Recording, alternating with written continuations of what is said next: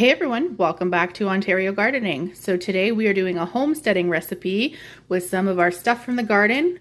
We are making hot sauce with our peppers. So before I start this video, I do want to say you're going to need a couple of equipment pieces in order to do this. One being just a pot to cook our peppers down in.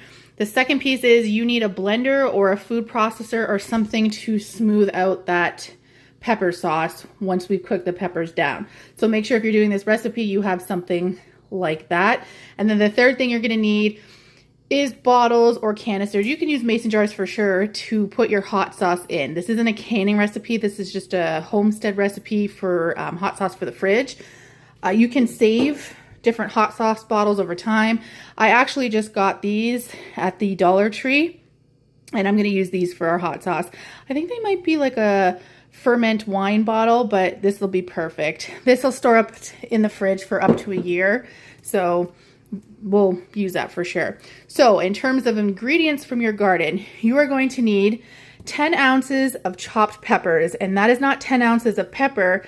This is going to be 10 ounces once you have taken off the tops and the stems and taken out any seeds that you want and chopped them up. So make sure you are getting the weight based on your chopped peppers. The other thing to note about the peppers, if you want a specific color, so if you want a red hot sauce or a green hot sauce, you're only using the colors in this, like the same pepper from the same color family. Otherwise, you're gonna end up with brown hot sauce.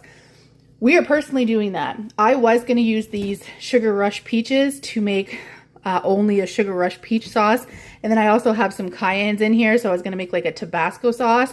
But the way that everything came out of this garden kind of all at once, we are just going to mix peppers. I mean, who cares if it's brown? This isn't gifts or we're not selling it. This is just for us. So we're gonna use what we have on hand. So you're gonna need 10 ounces of chopped peppers, 2 shallots chopped up.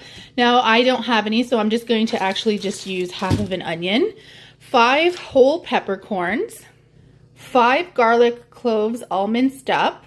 You want 2 teaspoons of anything other than table salt. We don't want table salt. If you have like sea salt, which is what I'm going to use, kosher salt, Himalayan salt, Celtic salt, whatever you have on hand. If at absolute last resort, you could use table salt, but this is going to be better. So you want 2 teaspoons of that. And then you're going to want 3/4 cup of white vinegar. Now, if you want a little bit fruitier of a profile for vinegar, use apple cider vinegar. That's what we're going to do here. You can also do a splash of lemon juice if you're looking for a little bit fruitier and citrusy of a flavor. But I am going to use apple cider vinegar just to give it those undertones. The other thing that is not optional when cutting hot peppers is gloves. You do not want to cut hot peppers. You will burn your hands and anything you touch with those hands. So use gloves when you're doing this. Now we're looking for a rough chop. It doesn't have to be diced fancy. It doesn't have to be diced really small because it's going into a pot and it's simmering. And then, like I said, we're going to blend it in a blender. So the first thing we're going to do is cut up these peppers, measure out 10 ounces of once they're already chopped. Just do a rough chop on the onion or the shallots if you're using those, and just a light smash or a light mince on the garlic. Okay, so I've got my chopped peppers in a pan with the chopped onion, and now I'm going to add all of those other ingredients. So I've got my 5 cloves of minced garlic, my 5 peppercorns, my 2 teaspoons of my salt, and now you're going to go in with whatever vinegar that you're putting in here, and that is 3/4 cup. We're going to mix this around nice and good. We're going to put this on the stove. And we are wanting a lid on this as we bring it to a boil.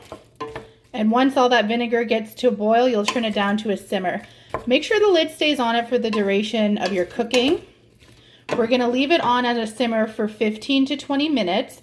And make sure when you take this lid off, that steam is going to be like vinegary, hot steam. Not even just hot in temperature, but like spicy. So just make sure that you're careful when you're lifting that. So I'm gonna get this to a boil with my lid on. Like I said, down to a simmer once it's boiled for a minute, and then leave it simmer. I'm gonna leave it for the full 20 minutes because I want these peppers nice and soft so we can transfer them to the blender. So I'll show you in a bit what that looks like. Okay, so it is off the stove. Everything's soft. We are now putting this into the blender and we are going to blend it until it's nice and smooth into a hot sauce consistency.